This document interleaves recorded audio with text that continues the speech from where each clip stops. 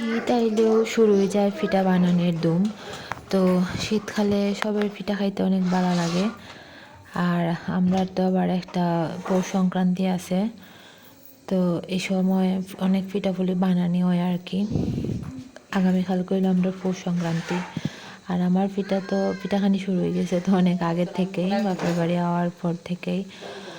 এখন আজকে দেখুন আবার মালপোয়া বানানো হইতেছে।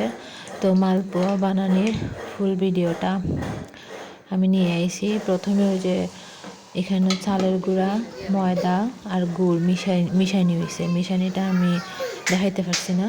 মিশাইয়া তার ভালো করে মিশাইলে একদম মিহি করতে হইব। এরপরে গরম তেলের মধ্যে ওরকম দিয়া ফুলকো ফুলকো আপনি মালপোয়া বানাইতে পারবা। এই দেখুন সুন্দর মালপোয়া। এখন এগুলারে মজা করে খাইমু।